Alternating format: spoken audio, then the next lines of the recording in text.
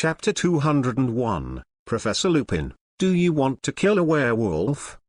Good evening, you two. Would you like to have a tense and exciting werewolf kill? Fred sat at the table in Gryffindor, looked at Ron and the two who came over, and smiled and took out a few exquisite black-toned playing cards. Werewolf kill? Hearing this familiar name, Hermione's brown eyes lit up. Since the last time she tried this game, she liked the feeling between reasoning and logic. For the smart Miss Granger, every round of werewolf kills she can control the whole game. Have you finished the production of Werewolf? Ron sat opposite Fred and asked curiously. Certainly. George picked up a few exquisite cards and handed them to Ron, with an uncontrollable smile on his face. These cards are all alchemy props, but it took them 2.5 years to learn and make them. You know, Fred and George have been in the Burrow's attic for the entire vacation, with no time to hang out at all, just a family trip to the pyramids. This is an identity card? He took this delicate black card, 22, and put it in his hand to carefully examine it. On the back is a black-toned background, with golden fonts engraved with runes, and a golden pattern on the front depicting the image of a witch, with the name of the identity card written on it. The witch card. The golden letters on the back are very familiar to Ron. Isn't this the rune used to drill and engrave magic items? You two actually studied alchemy in order to make cards? Ron asked, looking at the twins who couldn't hold back their excitement. Yes, the two of us have been studying those alchemy and alchemy tools during the holidays. And alchemy is not difficult to learn, it can only be said to be unexpectedly simple. George shrugged and laughed. No one knows how hard the two of them worked during the holiday. Is this a werewolf card?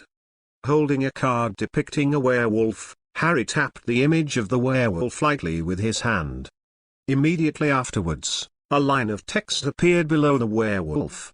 Here are the rules for using the werewolf card. You belong to the werewolf camp, and the goal is to pretend to be a good person to confuse people during the day, attack the villagers at night, and occupy the village. After these fonts appeared, the werewolf paintings and fonts disappeared, and it became a pure black card. Some simple uses of the vanishing spell. Fred said softly. Immediately afterwards, he took out a golden card with an eye on his card, which was a referee card. Then, night is coming. With the sound of the sound, Ron and Harry, who were holding the cards, suddenly felt that their eyes were darkened, as if they had been deprived of their vision. When he opened his eyes again, the surrounding auditorium became dark, and all he saw was a full moon, and Fred and the others who could not see the faces of the people around. The magic of the confusion charm. Hermione immediately guessed that they were now under the effect of the confusion charm. Smart lady boss. George gave a compliment. Now the people who hold the cards in their hands will have their vision and senses confused. The person sitting next to you is not necessarily someone you are familiar with. The player holding the werewolf card can speak at night, but the villagers can't hear it. That is to say, when night falls, you can only stare at the full moon in a daze. Simple rules. The corners of Ron's mouth twitched. To be able to combine werewolf killing and magic like this, the twins' imaginative idea is definitely the most genius he has ever seen.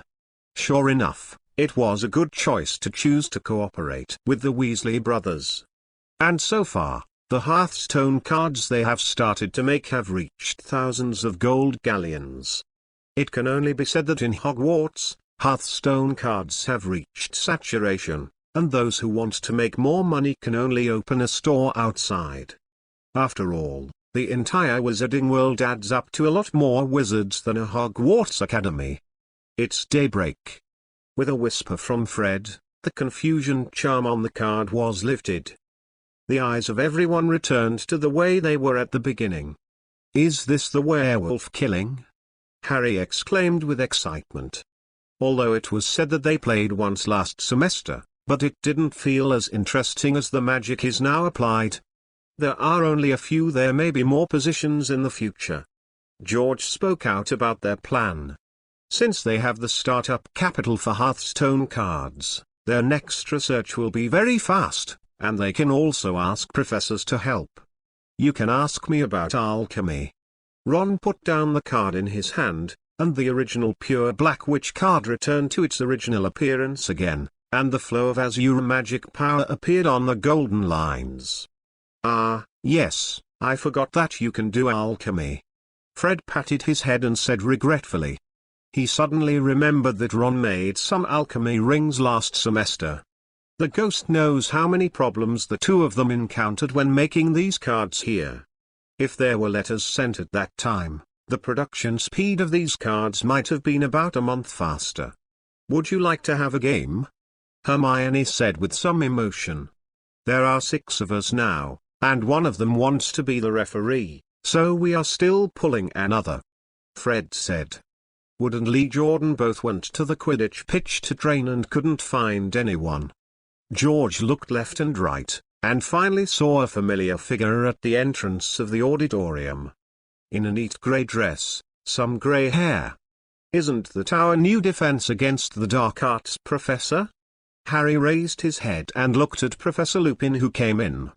Although it is said that each professor has his own office, he usually does not come to the auditorium for dinner. However, Professor Lupin is an exception. At least after school started, they often saw him in the auditorium. Professor Lupin is very nice, maybe we can invite him together. Harry said and walked towards Lupin. Ron looked at Harry's back with a strange expression. He remembered that Lupin looked like a werewolf. Will this be bad? However, Harry had already walked in front of Lupin at this time, and under his somewhat puzzled eyes, he said, Professor Lupin, do you want to join us in a werewolf game? Chapter 202, If Hermione doesn't quit, this game will be lost. Professor Lupin, do you want to join us in a werewolf game? Looking at Harry, who was looking forward to him, Lupin's expression suddenly became a little complicated after hearing the other party's words. Although he didn't understand what werewolf killing was, he understood the word werewolf. Kill werewolves? What new game is this? Lupin thought suspiciously. What do you mean by werewolf killing? He looked at Harry, who was waiting for a reply in front of him, and asked softly. It's a card deduction game. Harry thought for a while, then pointed to the little wizards gathered in Ravenclaw not far away and said, Professor Lupin, you should know the game Hearthstone, right? Hearthstone? It's that fun card game. Although Lupin had just arrived at Hogwarts, he still knew a lot about this card game that was popular throughout the academy. Even he couldn't help but sigh, the production of these cards is really exquisite. He even heard the voices of Professor McGonagall and Headmaster Dumbledore in those dubbings, and even Hagrid's.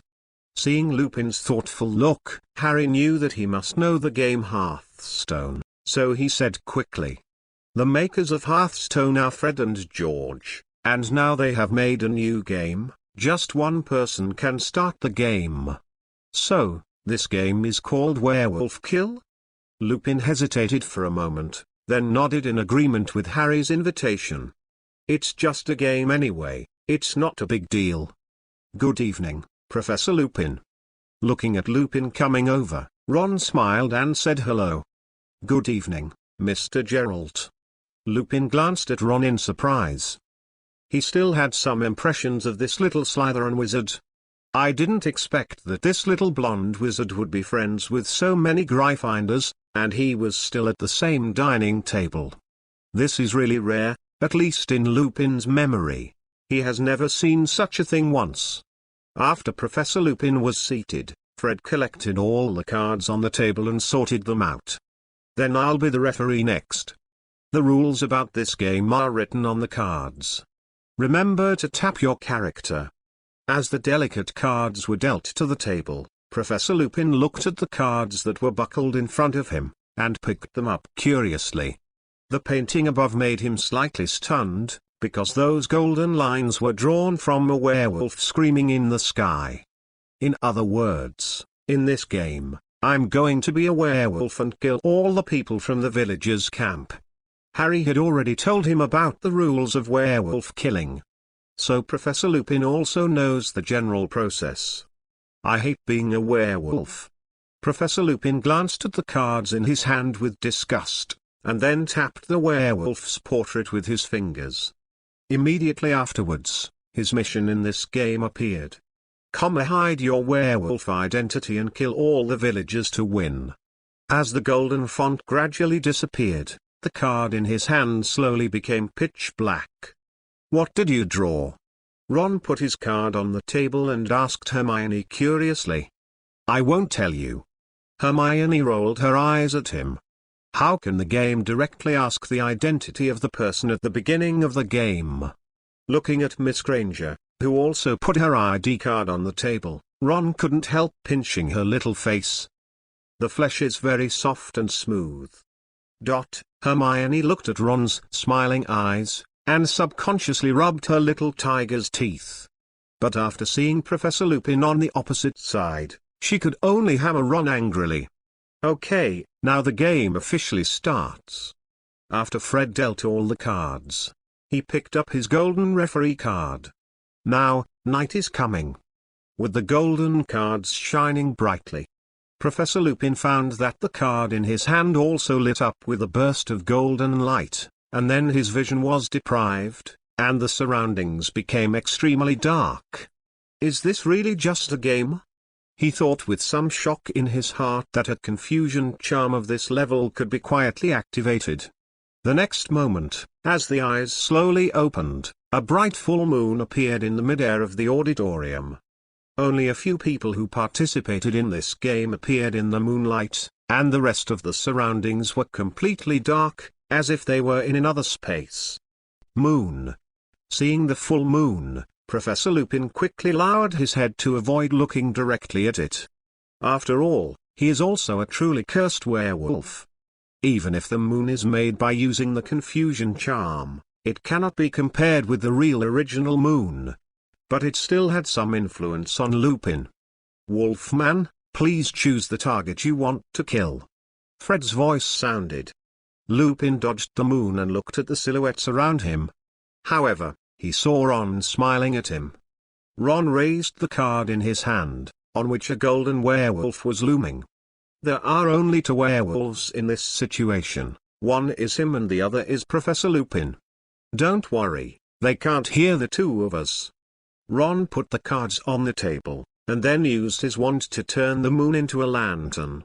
I really like this lantern style. As the moon disappeared, Professor Lupin squinted at the dim candle. How canes. You really made this game? He asked in disbelief.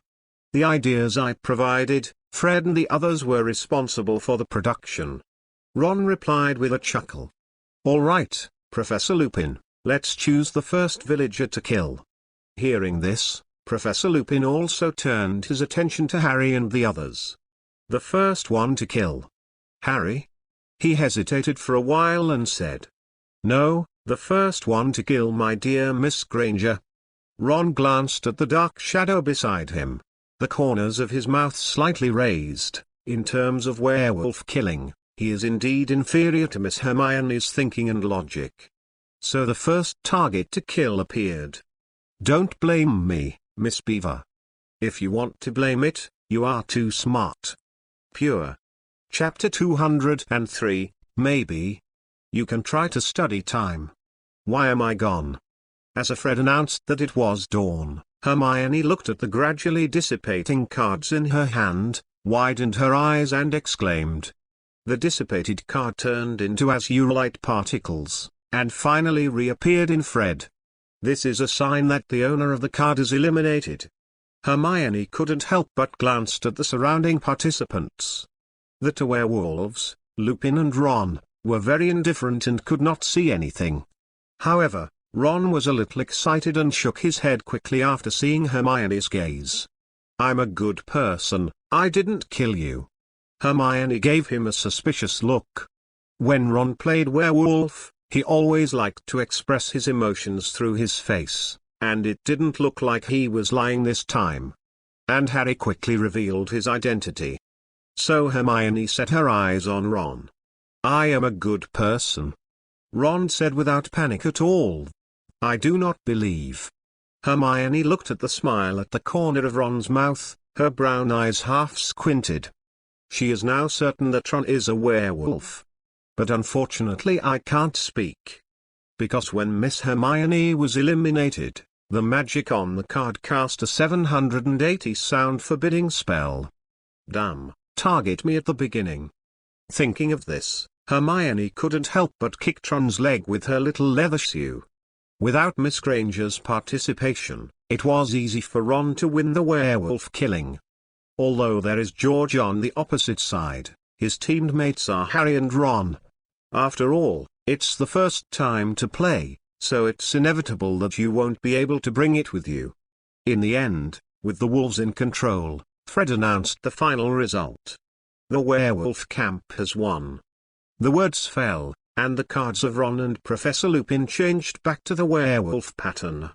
"I always thought Harry and George were werewolves, but I didn't expect you to."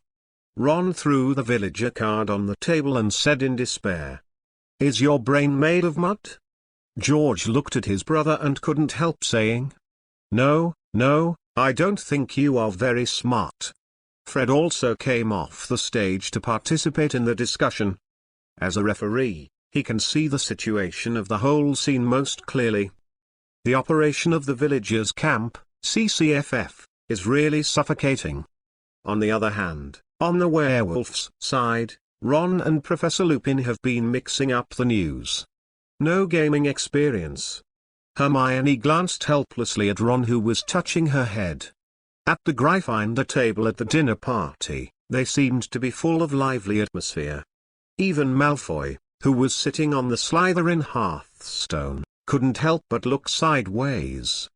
A good game. The triumphant Professor Lupin showed a smile at the corner of his mouth. He looked at the lost Harry and Ron and said, "Don't be fooled by people's words and expressions, because you have absolutely no idea what they are thinking." In his opinion, this game is a very test of logic and thinking.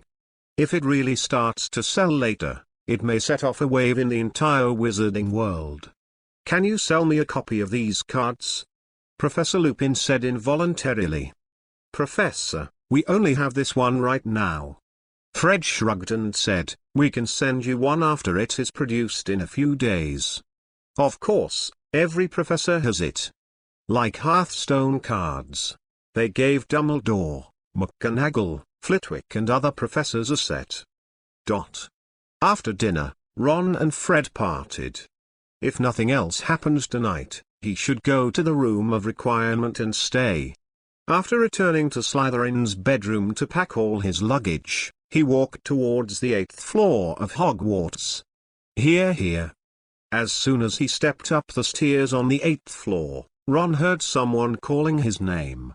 Looking in the direction of the voice, I saw Hermione standing in front of the fat lady's painting and waving her little hand. It looks like the time has come, Ron thought. Inside the house upon request. A chandelier with burning flames hung in the dimly lit room, and the familiar room was once again presented in front of the two of them. Sure enough, this is the most comfortable place. Hermione looked at the big bed by the window and jumped on it happily. Ron went to the bookshelf in the room, which was full of various books.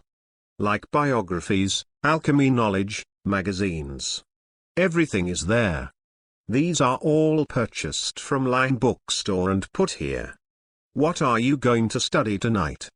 Holding a soft pillow, Hermione looked suspiciously at Ron, who was standing in front of the bookshelf selecting books. No, I'm going to study the time converter tonight. Ron pulled out a thick book, shook his head and responded. Researching the time converter? Hermione touched the hourglass hanging on her chest and repeated in a low voice. But Professor McGonagall said it was dangerous. She was a little worried. The little witch still remembers what Professor McGonagall told them. Never play with time. Don't worry, I just want to see if this hourglass has something like alchemy runes. Ron stepped forward and stretched out a hand, chuckling. What he is most curious about now is the principle behind this hourglass. Ron doesn't know anything about the study of time. Like a newborn baby. But that's why I'm curious. Are you really not going to dismantle? Seeing Ron nodding, Hermione put the hourglass pendant in his hand after hesitating for a while. Okay, you can read this book first. Taking the time turner, Ron put the thick book beside her. The title above reads, Wandering with the Werewolves, from one of Lockhart's biographies. I've already finished reading this book. Although Hermione said that, her little hand opened the first page. At this time, Ron was sitting in front of the table with the time converter, and the wand in his hand was gently moving on the table. So where do you start your research? Click the link to join the group chat, Novel Exchange Group, https://jq.qq.com/question_wv1027 and die4kz9x, blank. 6, 9:89:2,585,0. Internal group, 22:052. 31:49 blank 698,925,850 Chapter 204, Defense Against the Dark Arts Class, Bud's Cabinet. Looking at the golden hourglass pendant in his hand, Ron didn't know where to start his research for a while. The wand in the middle tapped lightly on the table, making a crisp sound. However, from the outside, this hourglass does not have any runes engraved on it, which means that it is not like an alchemy tool, and it is very easy to see its essence.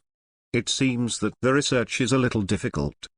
Thinking of this, Ron opened the kaleidoscope to right the wheel.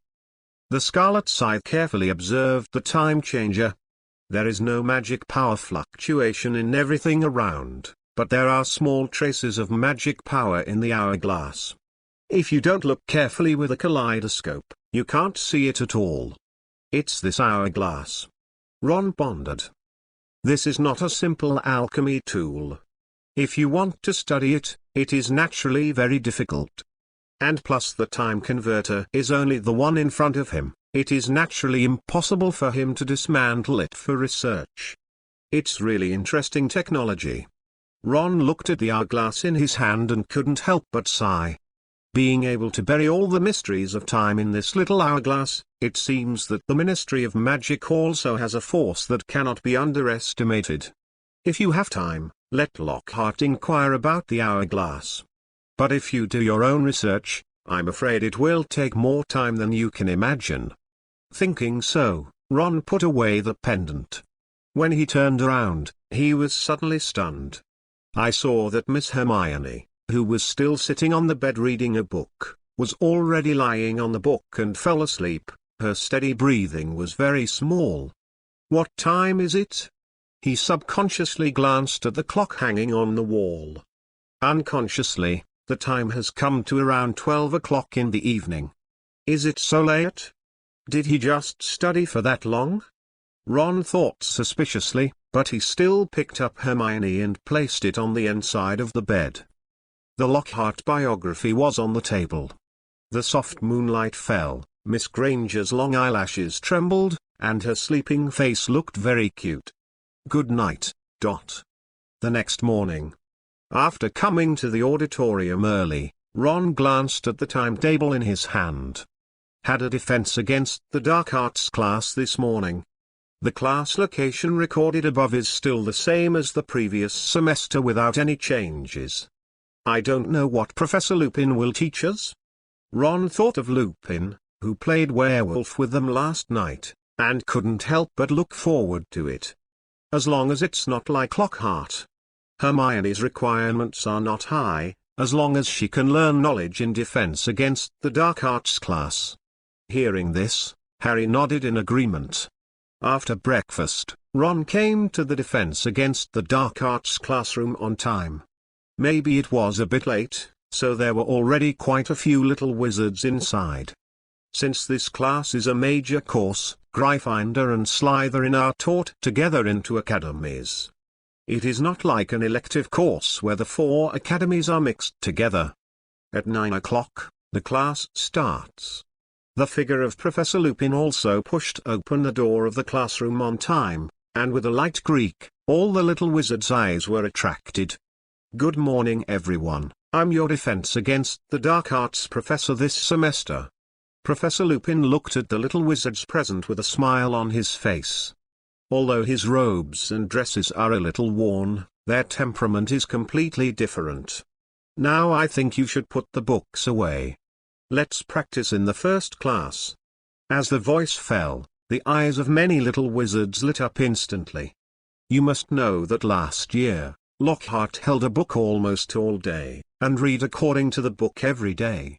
Even if there were some practical lessons, the magic spells taught in the practical lessons were not practical, or very practical. The usual. I don't know what the practical class taught by this new professor will be like. Following Lupin to the interior of the classroom, many people saw a huge cabinet placed in the corner. It was carved with various patterns, and it looked a little old. And the cabinet would shake violently from time to time, as if there was something very dangerous inside. Many little wizards were taken aback by this swaying cabinet. Interpunct flowers interpunct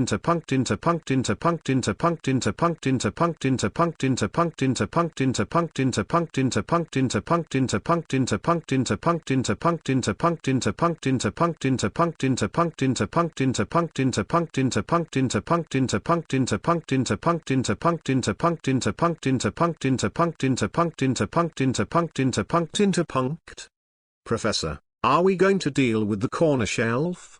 One of the little wizards in the crowd shouted.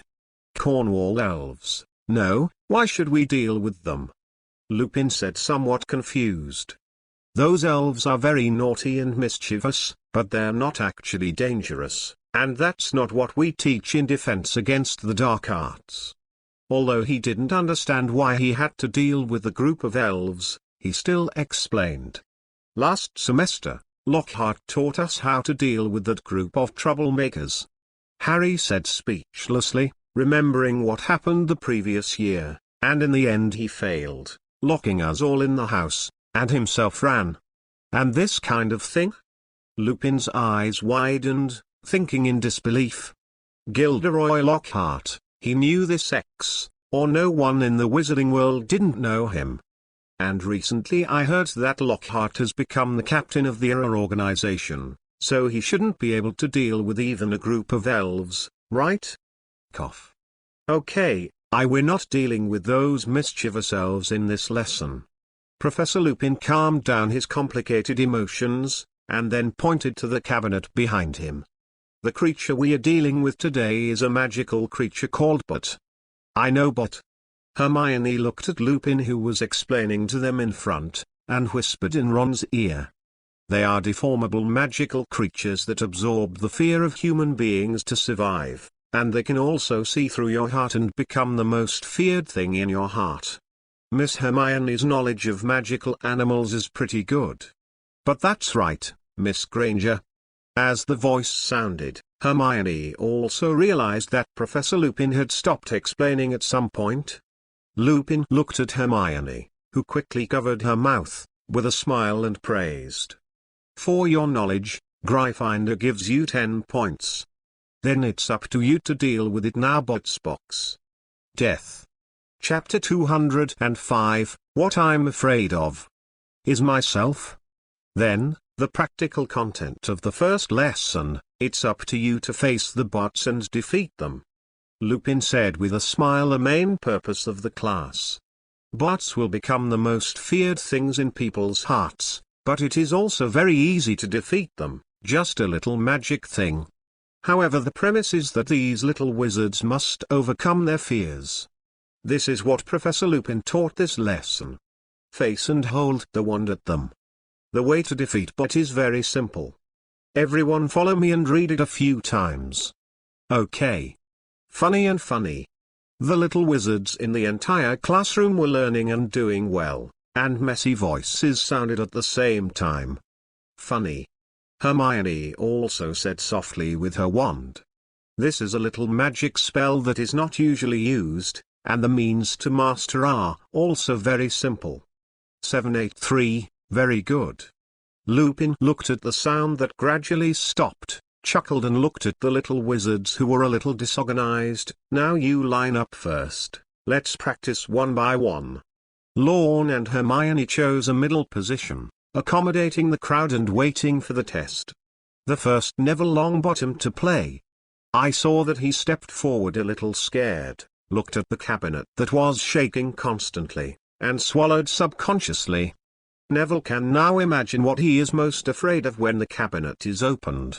Oh, don't be nervous, Neville. Lupin looked at the fat Gryffindor softly and comforted him. Can you tell me what you're afraid of? He leaned forward and asked Neville in a low voice. This made the other little wizards unable to hear the conversation between the two of them. I guess Neville's grandma will be in the closet. Hermione guessed while looking at Neville, who was trembling a little. Because from the time he entered school until now, when he mentioned his grandmother Neville, he would be very scared. I think it's Professor Snape. Ron whispered his guess. Neville's grandma is his family. Although he will be afraid, he will not be afraid. After all, the only one who can take care of him now is a grandmother. As for Neville's parents, they were tortured insane when they were fighting Voldemort. Thinking of this, Ron subconsciously touched the horse charm on his chest. It seems that when I go to Street Mungo's hospital for magical injuries in the future, I'll take a look at Neville's parents. Professor Snape. Hermione thought about it and thought it was very possible. Professor Snape's strictness and nitpicking made Neville blow the cauldron many times. In front of the cabinet, Lupin and Neville finished their whispers. Professor Lupin patted Neville on the shoulder and said with a chuckle, all you have to do now is imagine what your grandma usually wears, and then wave the wand in her hand and say hilarious. Do you understand? I see, Professor. Neville nodded vigorously, took a deep breath, and turned to look at the tall cabinet that was shaking. Looking at this cabinet, Lupin remembered the person Neville told him he was afraid of, and a wicked smile appeared on the corner of his mouth. I'm looking forward to your next performance, Neville. Then let's start. 3, 2, 1. After Lupin finished the countdown, he aimed his wand at the round door handle of the cabinet. The light of the unlocking spell was cast, and the door of the cabinet was slammed open. As the tall and patterned cabinet opened, all the little wizards held their breaths and looked at the dark cabinet curiously. They were all curious about what Neville was afraid of. Immediately afterwards, under the wide-eyed gazes of the Slytherin wizards, a figure like a big bat came out of it. Oily hair, black overcoat, jucked nose and grim face. Sure enough, it's Professor Snape. Hermione blinked her beautiful eyes and said, pulling Lorne's sleeve. Actually let him guess correctly. Very simple puzzle. Ron took her little hand and shrugged. Neville Longbottom. Snape's hoarse voice was very loud in the classroom, and his hazy eyes stared at the trembling little fat man. He felt the smell of fear say, that's the emotion bot needs to stay alive. Professor Snape. Neville said with a trembling voice. Neville, recite the spell I taught you. Lupin on the side reminded subconsciously. He's now ready to see Snape's jokes. Slippery, hilarious. Hearing Professor Lupin's words, Neville quickly picked up his wand and pointed it at Snape who was approaching. The next moment, Snape, who was still wearing a black toga, instantly put on a coquettish and colorful women's clothing, and the style was very old, like an aunt. Snape looked at his clothes in horror and was at a loss for a while. Nice job. Lupin praised with a smile. Snape like this is rare. Is this Professor Snape? Hermione covered her mouth and couldn't help laughing. She never thought that Snape, who was originally serious and cold, would one day wear such a costume. Next, as Bot panicked, the next little wizard was ready. Looking at this new wizard, Snape instantly transformed into a giant python, but the next moment he was transformed into a long wooden stick. The little wizards watched these practices happily. They never knew that this class would be so interesting. Compared to Professor Lupin, Lockhart's image in their hearts last semester was even worse. There is no harm without comparison. With the completion of the tests of the little wizards, they finally arrived at Ron. "Come on." Standing behind him, Hermione cheered for her boyfriend, and she was also curious about what Ron was afraid of. After all, Ron doesn't seem to be afraid of anything. 5.5 I also want to know. What am I afraid of? Ron whispered softly, and then slowly stood in front of the cabinet. Harry behind them all held their breaths, even Malfoy and Crabbe. These Slytherin close friends also want to know what their good friends are afraid of. "Are you ready?" Professor Lupin said. "Ready, Professor." Ron nodded with a chuckle. 3, 2, 1. Boom! The door of the cabinet was opened, and it was pitch dark and nothing inside. After a long time, there was finally a movement inside. It was a familiar chuckle, Ron's own voice. "You're always afraid of something like this, it's unbearable, Gerald." Chapter 206, Mr. Gerald with Rabbit Ears. As the gorgeous cabinet was opened, it was pitch black inside, and but could not be seen inside. Just when everyone was wondering, a familiar light laughter sounded from inside. "You're always afraid of something like this, it's unbearable, Gerald." Hearing this familiar voice, Ron was stunned. Not only him, but even Professor Lupin and Hermione next to them were stunned. "What's the situation?" With a soft sound from the cabinet, a handsome little wizard with blonde hair came out of the darkness. "What I am afraid of is actually myself." Ron looked at the face exactly like him, and gradually had a guess in his mind about what he was afraid of. "It turns out that I am actually afraid of the things in my mind being said. I've sensed the fear in you, Gerald." The Ron transformed by Bot said softly with the same smile as him. "Ron is actually afraid of himself?" Harry whispered in disbelief. Even Ron and Malfoy were dumbfounded. No one thought that the object of someone's fear would actually be himself. Dear Miss Gran 22J. Before a few people came back to their senses, Ron smiled and turned to look at Hermione in the crowd. "I have something I want to ask you."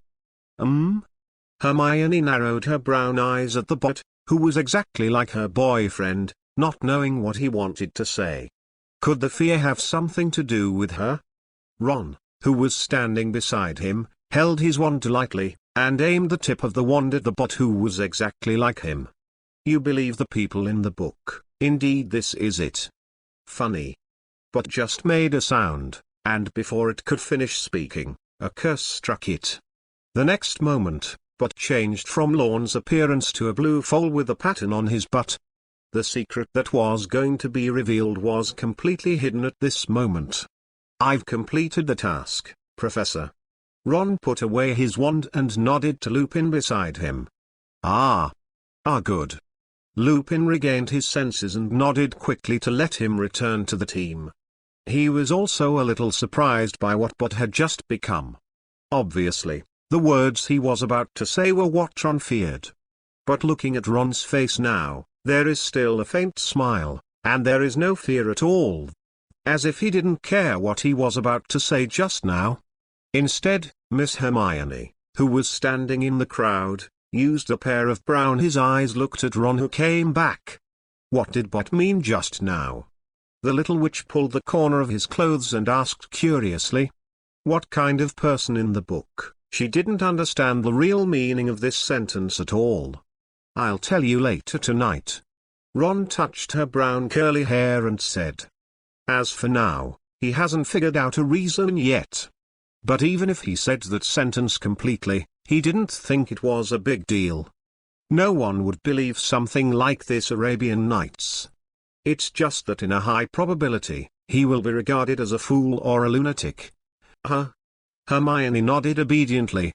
Miss Granger, it's your turn next. Professor Lupin said softly to Hermione after driving the foal back to the closet. Okay, Professor. Hermione let go of Ron's hand, then walked quickly to the cabinet, holding her wand tightly in her little hand. After taking a deep breath, she nodded to Lupin. Okay, 3, 2, 1. As the countdown ended, the originally closed cabinet was opened again.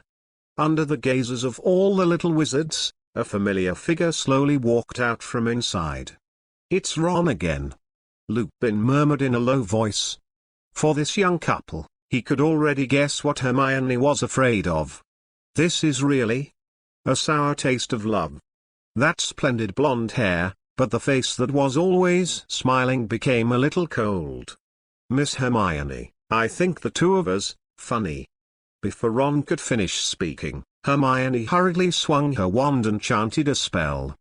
With the rise of smoke, a pair of long bunny ears instantly grew on the top of Ron's head, which looked very cute. Its slightly cold expression looked at Hermione in a dazed way. Cough. Ron, who was in the crowd, couldn't help coughing when he saw himself with bunny ears in front of him. He could already feel that he was being watched by a large group of eyes. Lorne looks so cute. Ron couldn't help laughing. Then, laughter swept through the classroom as if contagious. But fortunately, after hearing the loud laughter, Boggart immediately ran back to the cabinet like crazy, not making Ron too embarrassed. Ha ha ha, good imagination, Miss Granger. Lupin also laughed a little too hard. I have to say, that handsome indifferent face and a pair of white rabbit ears look really attractive. Thank you. Thank you, Professor. Hermione blushed in response, and then quickly ran back to the crowd to find Ron. If the magic spell was not used in time just now, it is estimated that she is the one who died now. I just subconsciously. Hermione pulled the corner of Lorne's shirt and said with a wink. Tonight, do you know what to do? Ron leaned into her ear and whispered. This. Isn't it? The little witch hesitated for a moment, but saw Ron's pale blue eyes that looked at her. Hermione gritted her teeth and agreed. Anyway, it's not that I've been touched once or twice, and it's not bad this time. Smart choice. Hearing this answer, he nodded in satisfaction. Ron didn't feel anything about the scene where he died, he was just a rabbit seer. And compared to him, Professor Snape's sacrifice seemed to be greater. Speaking of which, did Snape ask him to come to the office? Mr. Gerald with bunny ears, what are you thinking? Looking at Ron, who was thinking, Hermione couldn't help asking. Don't call me that. Ron couldn't help pinching her little cheek. Chapter 207, Snape, Bad Luck. Bunny ears. Hermione knocked off the hand pinching her cheek, and whispered again in dissatisfaction. Ron calls her by different names every day, so why can't she call him Ron? Double standard. Tonight you're going to turn into rabbit ears.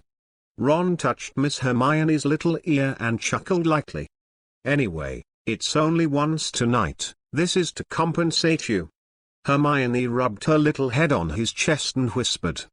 After the two of them passed Bot's test, they left the team and stood under the classroom window, and they didn't look too conspicuous. After all wizards are engrossed in watching everyone's fear challenge. Like an octagonal spider, a giant python and even a smiling clown. The most fearful things in everyone's heart are exposed here. The bright sunlight filtered through the patterned glass on the window, and sprinkled mottled light and shadow on the young couple, looking very beautiful. After thinking about it, Ron took out a camera from the chenille space, and placed it directly above the front with a floating spell. With a light click, this moment was completely frozen. Since the movement range was not large, Miss Hermione did not notice the situation here. She is now opening a pair of brown eyes, looking curiously at the little wizards who are standing in front of the cabinet to test. Harry, it's your turn. Professor Lupin cleared his throat. He shouted to Harry, who was eager to try in the crowd. "Remember the spell at all times." He looked at Harry, who stepped forward and smiled. "I remember, Professor." Harry took a deep breath, and then set his eyes on the clown who was swaying in the middle. This is what the last little wizard conjured up by using hilarious. As Harry stood in front of But, the others subconsciously lowered their voices and watched. As the giant clown swayed constantly, a sense of fear gradually rose in Harry's heart. He remembered the Dementor he met on the train that day. Thinking of this, the clown has begun to gradually deform. This shows that But felt the most fearful thing in the little boy in front of him. Harry out of the way. Lupin also noticed something was wrong. He quickly stood in front of Harry and stared straight at the shabby clown toy with his eyes. The next moment, layers of dark clouds appeared in the air, and a full moon the size of a plate appeared in the air, emitting a bright light. Funny. Lupin resisted the desire to curse in his heart, turned it into a balloon with a curse, and finally locked it in the cabinet. And Harry was still standing there blankly, with a dull expression on his face. She was completely frightened. It looks like everyone had a good time in this class." He patted Harry on the shoulder, then turned around and smiled at the little wizards behind him. "But due to time constraints, our class ends here."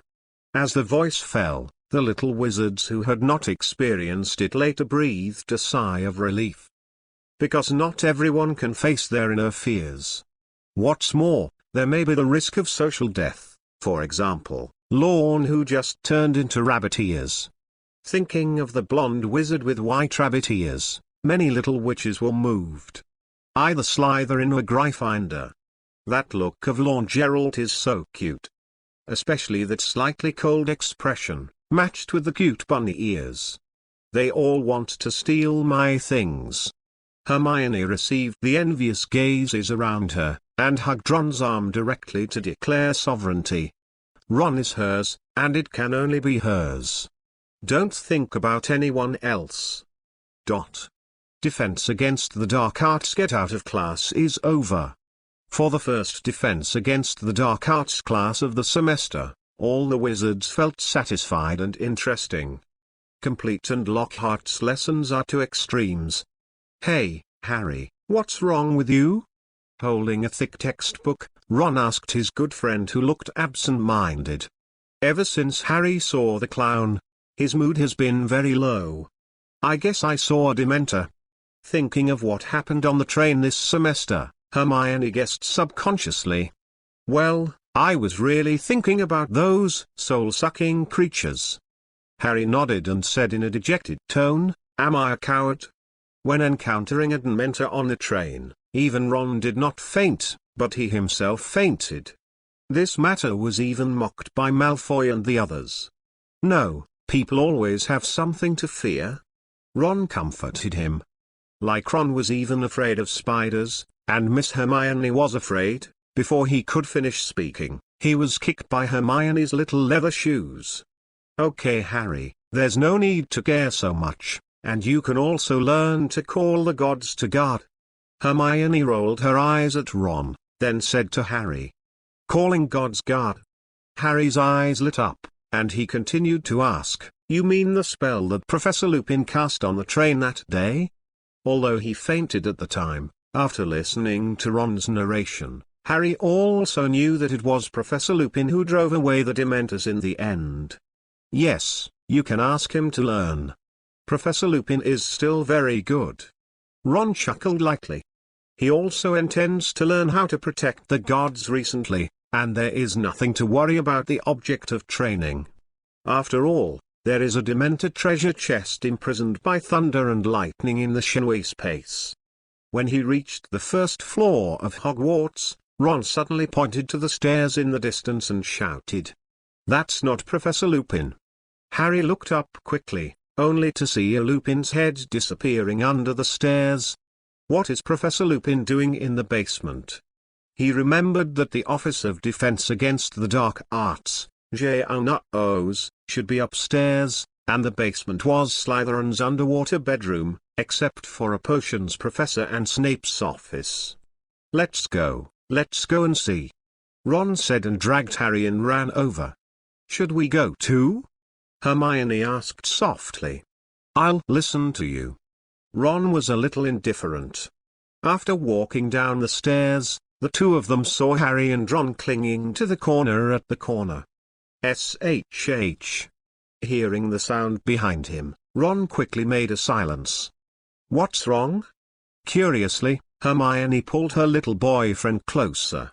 In front of Snape's office, Lupin hesitated for a while. Finally, with a complicated look, he knocked on the tight wooden door. With a creak, the door was opened. Snape looked at Lupin, who was standing outside, his face darkened in an instant. Bad luck. Donkey. Chapter 208, Snape with Complicated Emotions. Pushing open the creaking door, Snape's eyes caught the hateful face outside. At that moment, his face turned gloomy, and his eyes were filled with disgust, as if he was looking at garbage. "I saw this face at noon, really bad luck. Aren't you going to invite me in?" Lupin calmed his complicated emotions and asked. "Oh, you can talk to someone like you outside the door." Snape sneered, and said with some yin and yang, "What are you doing here with me?" "I came to you to ask for the potion you need. Headmaster Dumbledore should have told you." Facing Snape's dislike, Lupin didn't have much reaction. He said in a flat tone, "I really don't know why Dumbledore recruited you into this school." Snape pushed open the half-covered door and walked quickly into the room. The robe on his body was filled with the wind, like a big greasy bat. Lupin didn't go in, but stood quietly in front of the door and waited. About half a minute later, Snape walked out with a bottle of potion. "Hurry up with my potion, I don't want to see you in this school." After throwing the crystal-clear potion to Lupin, Snape was about to close the door. It's just that when the door was closed, he sneered at 790 softly. "I'm really looking forward to what kind of attitude you will take to leave this school after your students discover your true identity." As these words were finished, the door slammed shut. All that was left was Lupin, who stood there, holding the potion tightly. "What potions are they talking about?" Harry asked curiously. "I don't know, I didn't hear it clearly." Ron also shook his head, looking blank. Because the distance was too far, several people didn't hear it very clearly, but only vaguely heard a general idea. Ron heard everything. After all, his body was strengthened by the Thunder Dragon Slayer crystal. Thinking of the conversation between Snape and Lupin just now, he couldn't help shaking his head. It's no wonder that Snape's emotional reaction was so great. Who let the Predator 4 become the perpetrators of school violence when they were in the academy? There is always a source for everything. "But I saw that Professor Snape didn't look very good just now." Hermione, who observed the most carefully, said softly.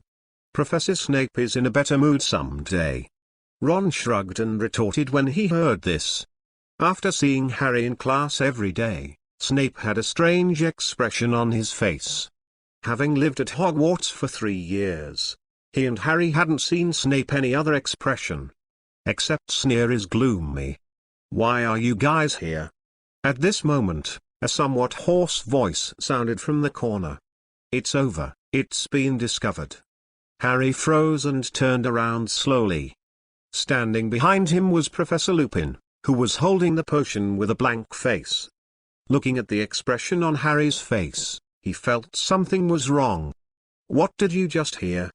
Lupin calmed down and asked softly. "Wouldn't the conversation between him and Snape be heard by these people?" "No, Professor, we didn't hear anything." Ron glanced at Hermione, who was standing behind him with her head bowed, and said with a smile, "Professor Snape asked me to come to him when I was out of class. It's just that I happened to see the two of you chatting, so I didn't bother." "Yes?" Lupin gave Ron a suspicious look. "Of course, I'll talk to Professor Lupin when I have time. Let's go first." Having said that, Ron dragged Hermione towards Snape's office, leaving only Harry and Ron staring at him. "No, pull us both together when you leave." Harry glanced at the office at the end of the corridor, hesitated and didn't follow. Forget it, he didn't want to face Snape. CCFF, Lupin looked at a young couple who knocked on the office door, then turned to look at Harry and Ron. "What are you two doing here?" "Good afternoon, Professor Snape." As the door opened, Ron took Hermione to open the door and walked in. Gerald and Granger. Snape, who was sitting at the desk, was stunned for a moment. His face was still a little ugly. It was estimated that the emotions just now had not been completely restrained. He didn't expect that Ron would bring Hermione to the office together. Looking at the lovers of Snake Yard and Lion Yard holding hands, his eyes were a bit complicated. "The notebook I gave you, where did you learn?" he asked in a nasal voice. "It's all over, Professor." Ron nodded and replied.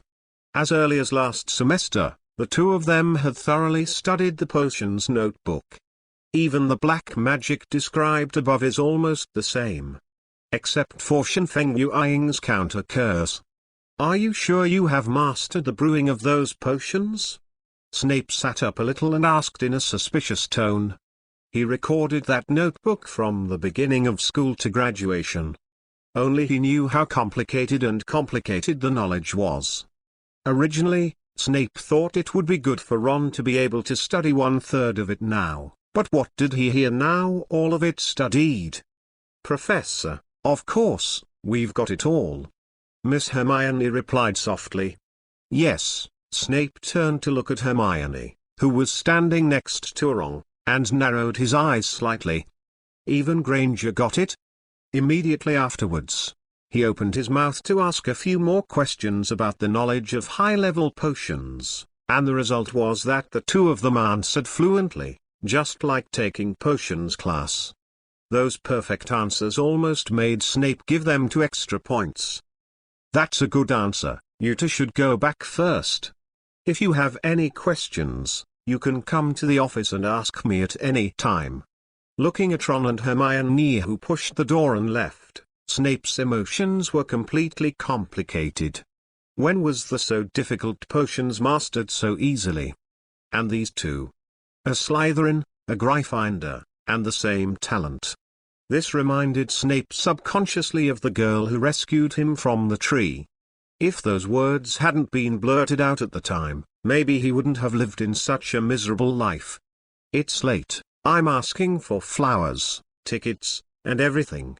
Chapter 209, It's not even night yet, stop. After coming out of Snape's office, Harry and Lupin were no longer around the corner. I don't know how the two of them explained it. Thinking of those two people, Hermione couldn't help but wonder.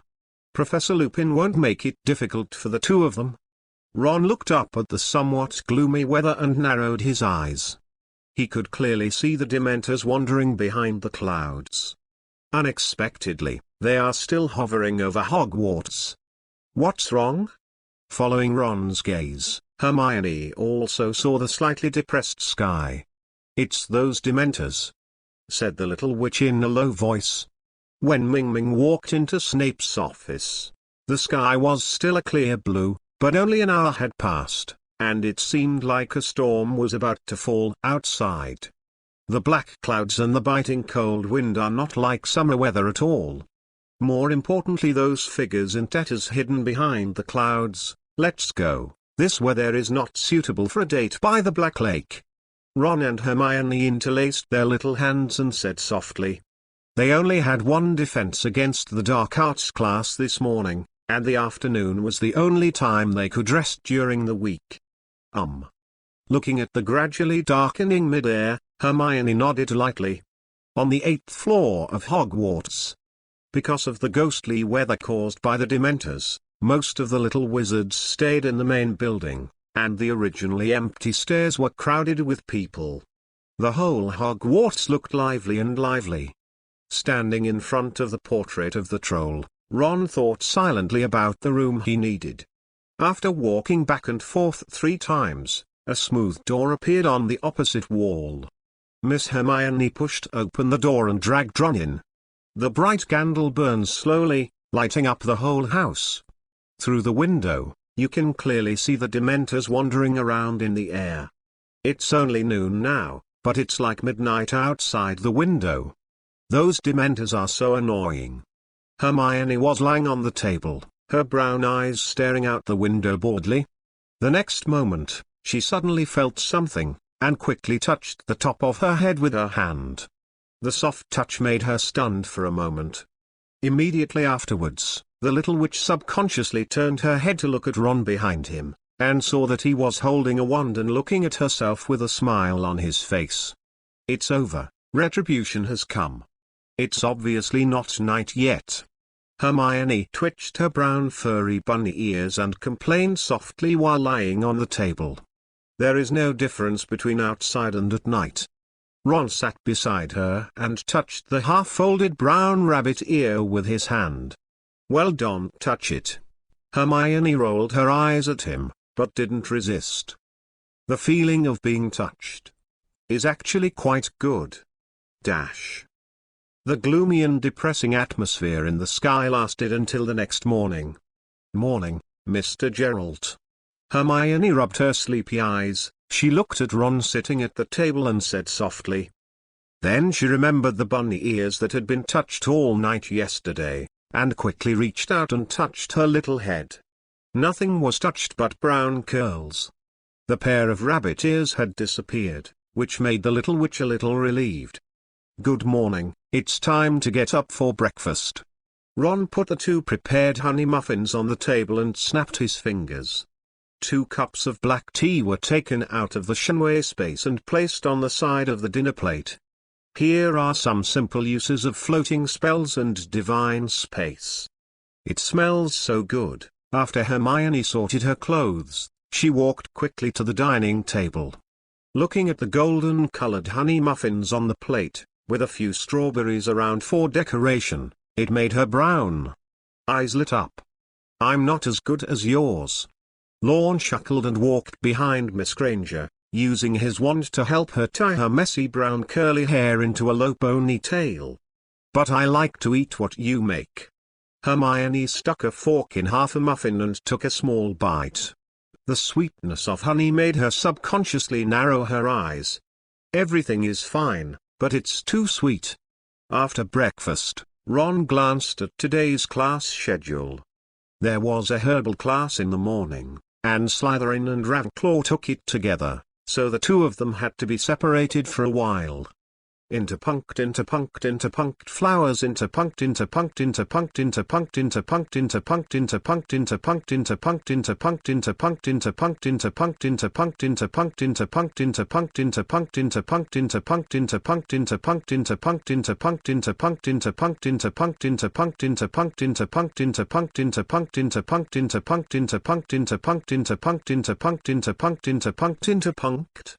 However, in the afternoon, there is a class on the protection of magical animals, and an astronomy class that conflicts with it. See you at noon. When they parted at the stairs, Hermione hugged Ron reluctantly. Time will pass quickly. Ron touched her curly hair and said. Looking at the back of leaving and walking up the stairs, he was also preparing to go to the herbal medicine classroom on the lawn outside. Professor Sprout is still so kind in the new semester. The content of the class is often practice-oriented. Because of Lorne's outstanding performance in the first 2 semesters, most of the questions Professor Sprout would ask him in the class. Slytherin's score also rose wildly under the jealousy of Ravenclaw's little wizards. The wizards of Ravenclaw looked at the blonde wizard who stood up and chuckled to answer the question, and there was an indescribable discomfort in their hearts. No way. After all, they don't have as much knowledge in their minds as Ron's reserves. How do you feel that he is Ravenclaw's wizard? The time to end get out of class is coming soon. Ron threw the book into the chenway space, and then walked slowly to the auditorium of Hogwarts. He was going to find his Gryffindor girlfriend and have lunch by the way. After reaching the auditorium, Harry and the others were also at the Gryffindor table. "Good afternoon. How did you two deal with Professor Lupin yesterday?" Ron sat next to Hermione, looking at Harry and Ron, and asked curiously. "Do not talk." Speaking of this, Harry felt a little uncomfortable. The young couple actually left the two of them on the spot. "I don't think you would want to go to Snape's office." Hermione handed Ron a glass of ice water and said with a slightly raised corner of her mouth, "Really? Okay, there are those Dementors in the back." After they appeared, Professor Lupin asked us to go back to the dormitory. Harry said helplessly, remembering what happened yesterday, "We'll have to give him one later." "Explain." "Okay, don't mention this. Speaking of which, should you two go to Hagrid's class in the afternoon?" Chapter 210, Hagrid, I'll show you my big baby. By the way, are you two going to Hagrid's magical animal conservation class in the afternoon? Harry remembered that the young couple's classes were full every day, and there were even a few conflicting classes. "Of course we're going." Hermione placed a thick book on the table in front of the two of them. It was a sleeping, monster book of monsters. The book was even snoring softly, as if it were a different kind of magical creature. "I even have the book ready," Hermione said softly. Harry and Ron had the exact same book by their side, because this book was a must-have for Hagrid's class. I don't know if Hagrid messed up something in his first class?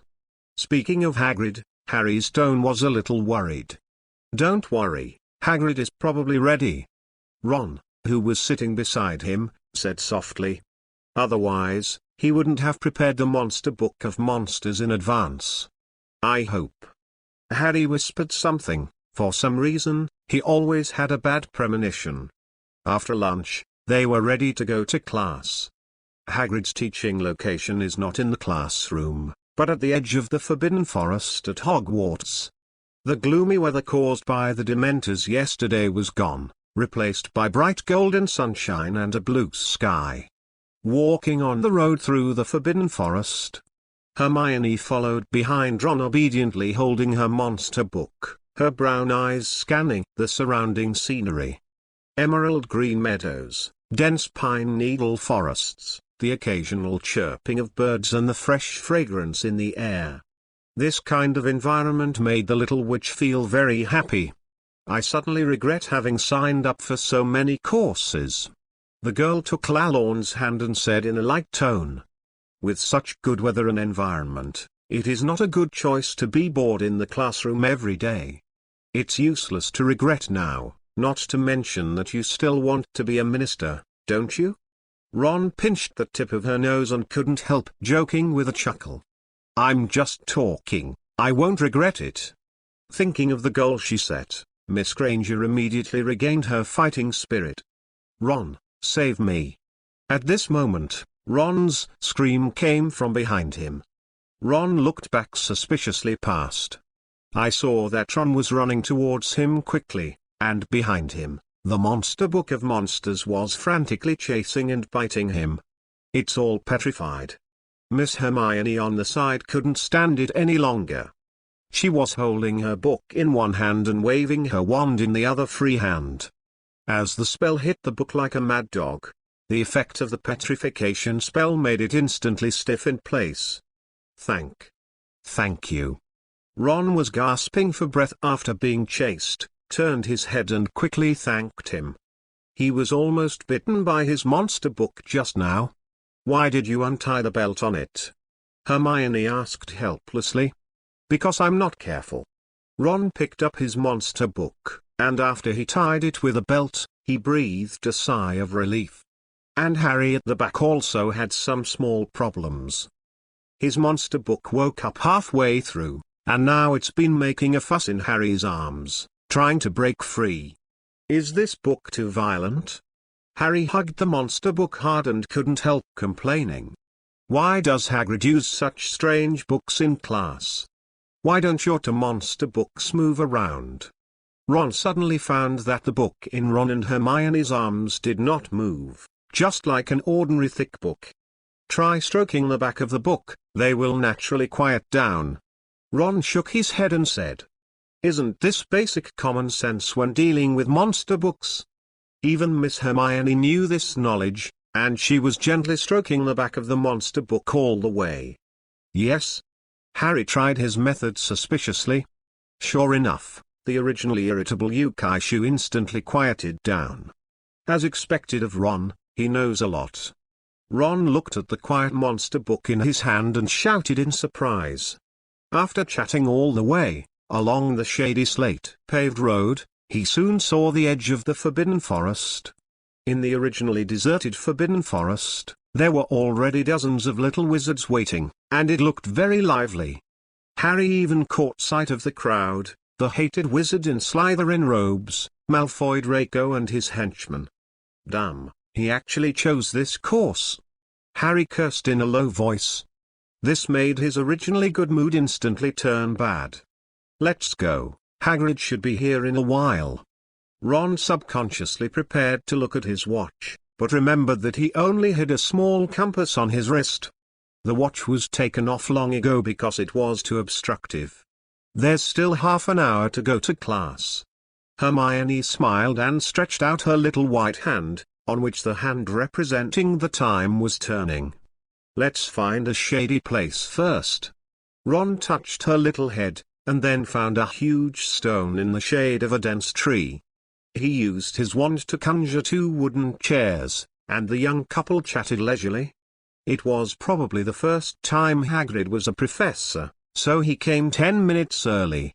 He looked at the group of little wizards in the open space, and shouted loudly at 5.5 with some excitement and anticipation. "Okay, let's get together, let's count the number of people." After counting the number of people, Hagrid waved his hand and led them to the inner side of the Forbidden Forest. His tall body walked in front, followed by a big fat dog. "Hey, come here, ya." Ron tried to seduce Fang with a feather, but he ignored him after he glanced at him. This made him a little depressed. When they were sentenced to patrol the Forbidden Forest, the two of them escaped together.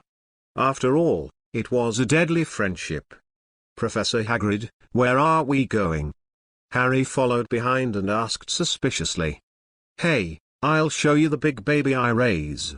Chapter 211, Hermione, can you let me ride again? "Okay, let's come here for class today." When he came to an open space, Hagrid turned his tall body and said to the little wizards behind him, "It looks like you guys have a good grasp of the monster book." He glanced back and saw that the monster book of monsters in each wizard's arms was very quiet.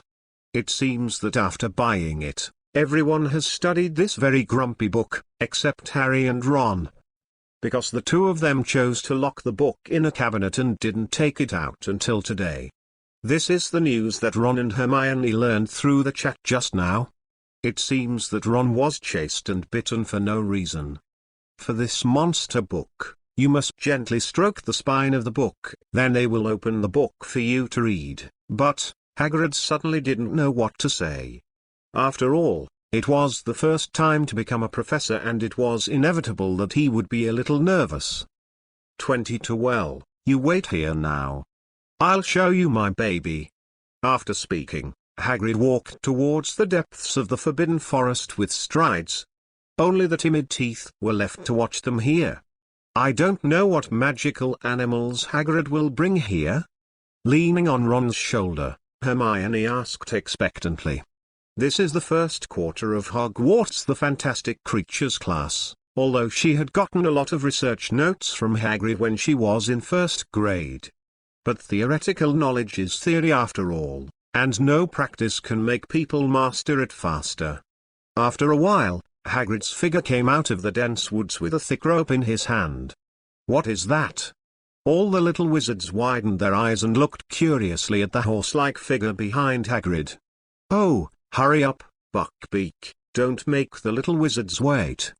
Hagrid pulled the rope in his hand forcefully, urging the magical creature behind him. After the magical creature stepped out of the jungle reluctantly, everyone present could clearly see this horse-like creature. This is a hippogriff. Hermione looked at the creature with brown eyes and guessed it based on the very obvious features on its body. She had seen the introduction of this magical animal in the notes given by Hagrid. Wise Miss Granger, then 20 points for Gryffindor. Hagrid said with a smile. 20 minutes? When the other little wizards heard it, they were stunned. How could one answer get so many points? To know that answering a question like this is only 10 points at the top of other professors. Okay, let's give a good introduction to Buckbeak, that is, this hippogriff. As the rope swayed, Buckbeak slowly approached the open space.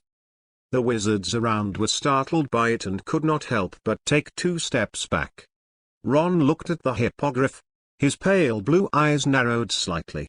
I have to say, Hagrid's courage is really not small. In the first class, I used such a dangerous creature to teach in class, and I was not afraid of any accident. And looking at Buckbeak with a rope in front of him, it doesn't look like he's been tamed by a wizard at all. Those sharp orange eyes stared at the little wizard present, as if they might attack at any time. Hey! Don't be afraid, it won't hurt you, if you don't annoy it. Hagrid took a fish from the bucket and threw it to Buckbeak, then said to Harry and the others, "You guys, doesn't anyone want to touch it? With me here, you can feel at ease and touch it." Even with Hagrid's guarantee, no wizard wanted to come up and touch this fierce-looking creature. Even Miss Hermione took a slight step back. Hagrid is too reckless. If something goes wrong, there will be a lot of trouble. The little witch frowned and said to Ron, "Is there really no one who wants to try it?" Hagrid looked at the group of little wizards with some pleading eyes. However, no one responded. At this moment, Harry couldn't help but took a step forward, easing the situation that was about to be cold. Then, "Let me try," he said softly. "Of course, Harry, I think you can get its approval." Hagrid happily called Harry over and handed him a piece of raw meat from the bucket.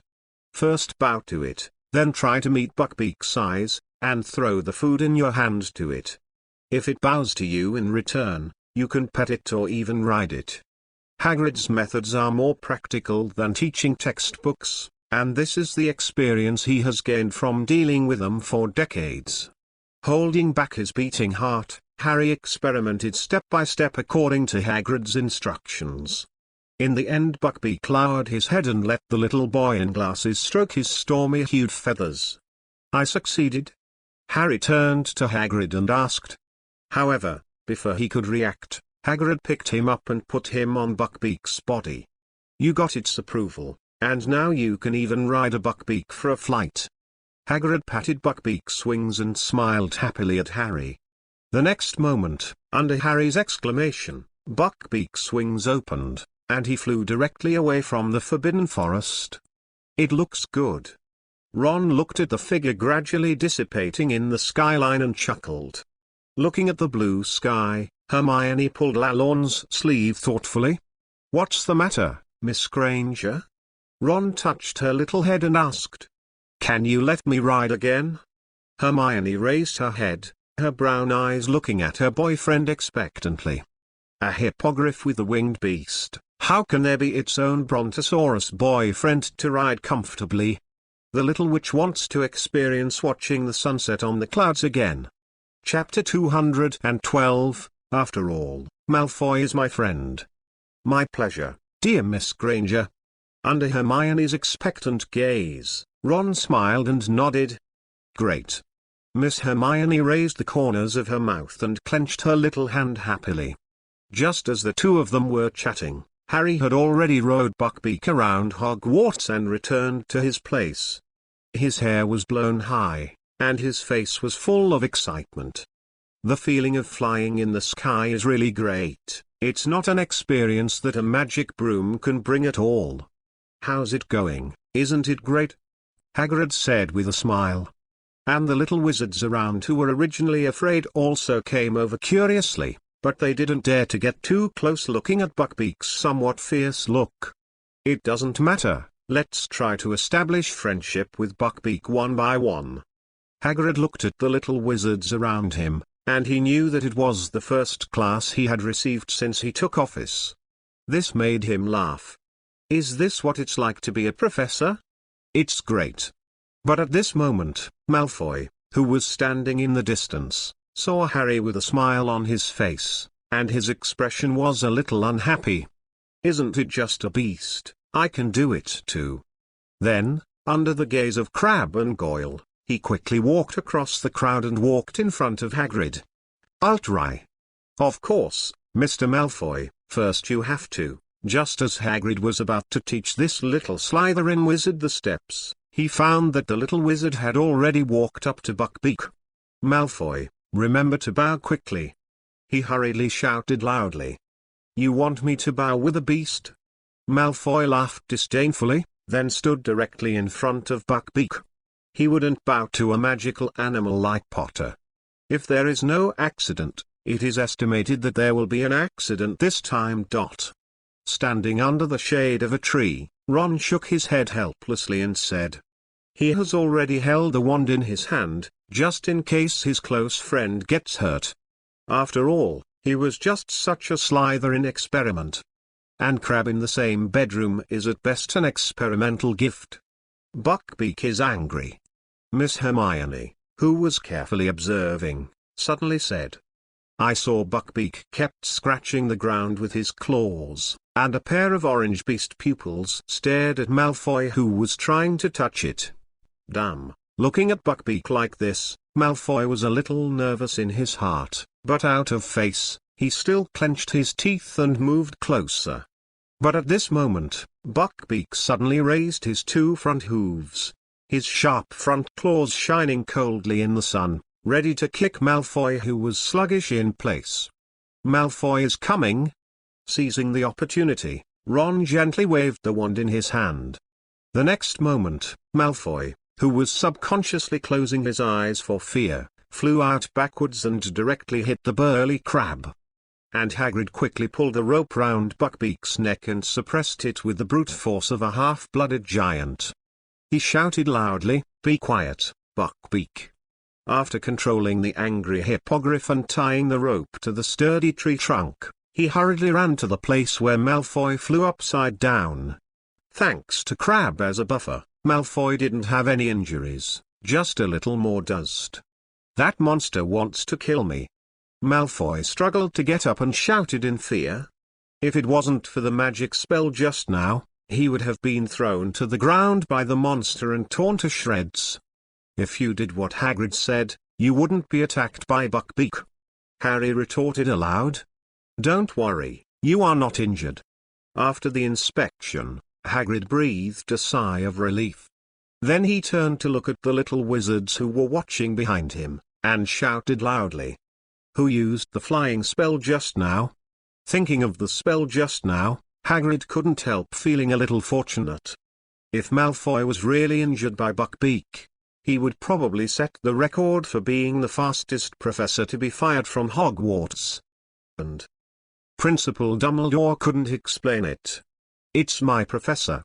Ron walked slowly to the surrounding crowd and replied softly.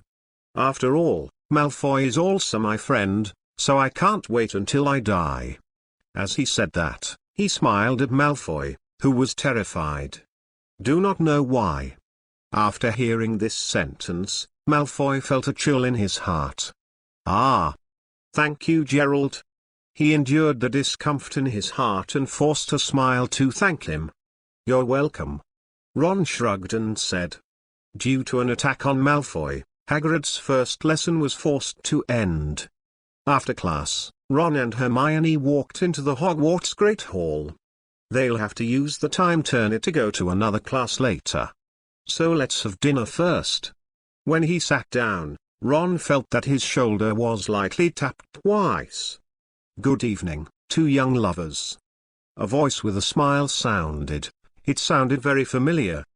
Good evening, Fred and George. Before Ron turned his head, he saw Fred and the two sitting opposite each other. Oh good. Have dinner so early? George looked at the pumpkin soup on the plate and said in surprise, "It's not evening yet, isn't it too early? I'll have something else to do with Hermione in a while."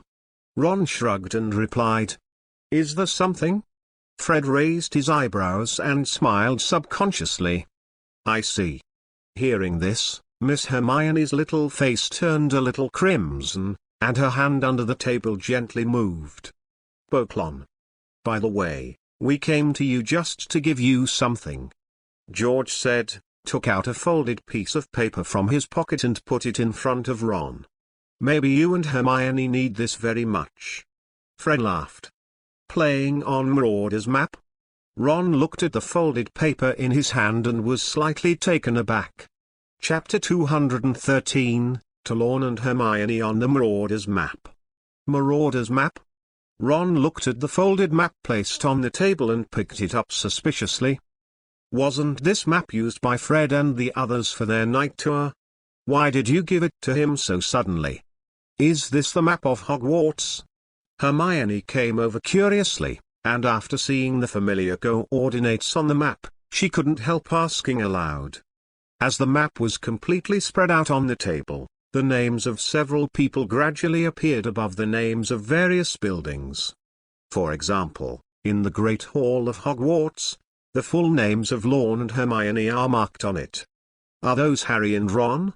The little witch stretched out her pure white hand and pointed to two familiar names at the door of Gryffindor. Well, this map can monitor the movements of everyone in Hogwarts, Ron explained. Fred and George relied on this map to avoid Filch when they were traveling at night. Hearing this, the twins sitting across from each other looked at each other and smiled. Since the two of them got this map, they have never been caught by Filch while patrolling at night. How about this? Isn't this a good gift? George laughed. Don't you two use this map? After handing the Marauder's map to the curious Miss Hermione, Ron asked suspiciously.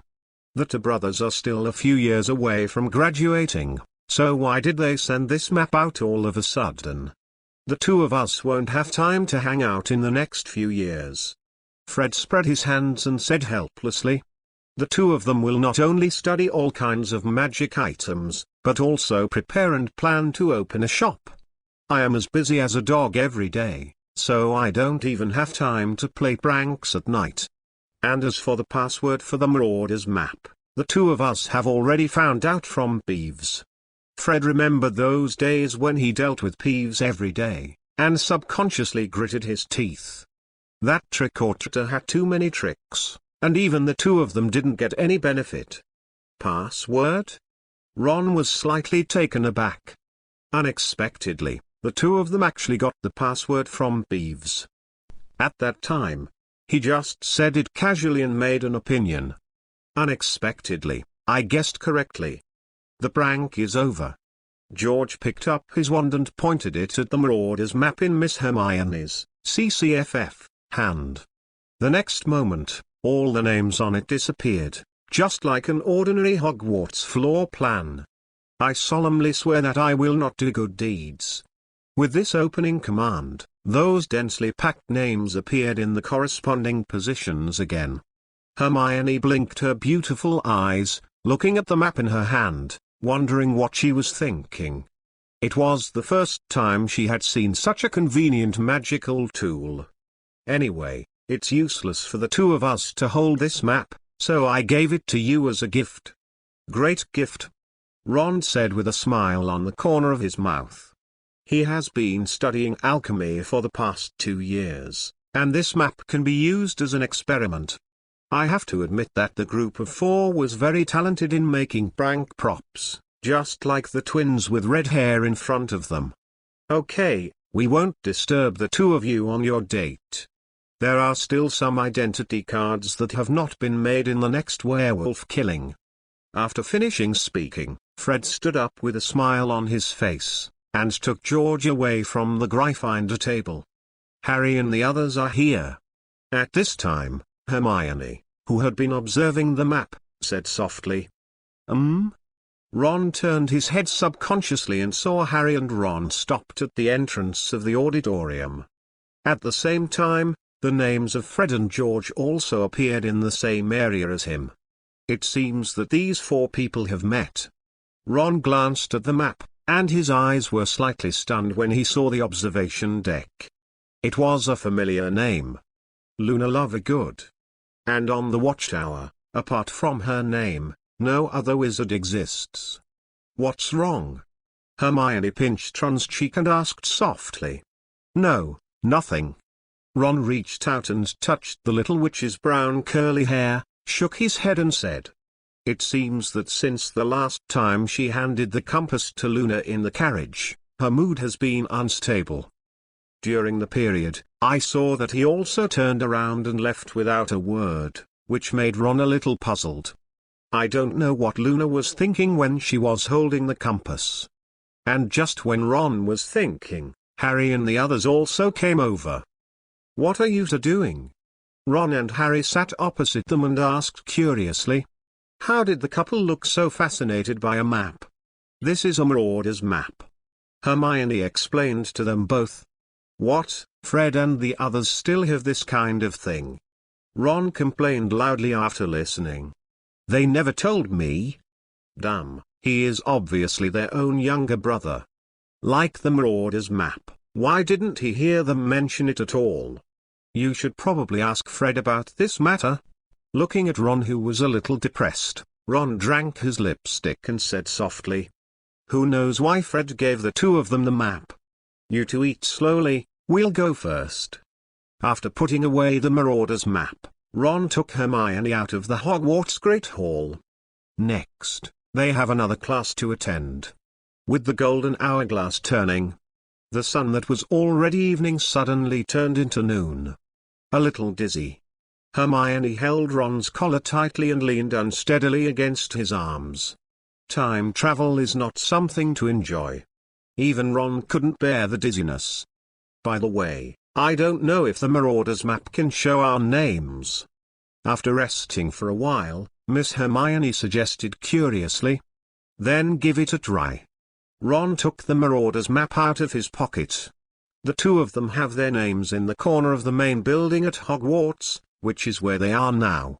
Surprisingly, there are also two with the same name on the edge of the Forbidden Forest. That is the self in this time period. Speaking of which, England seems to be able to get married at the age of 16. Chapter 214, Harry, do you still have that potion? After the passing time changer finished another class in the afternoon, the two went directly back to the room of requirement on the 8th floor. Because the other Ron and Hermione should be eating in the auditorium now, they didn't choose to go to the auditorium to have a dinner. Ha! Standing in front of the portrait door, Hermione hugged Ron's arm hidden under his long sleeves, and yawned sleepily. It is extremely unreasonable to take 2 consecutive afternoon classes in one afternoon without feeling sleepy. According to the original time, Miss Granger was already lying on the bed and fell asleep with her exclusive pillow.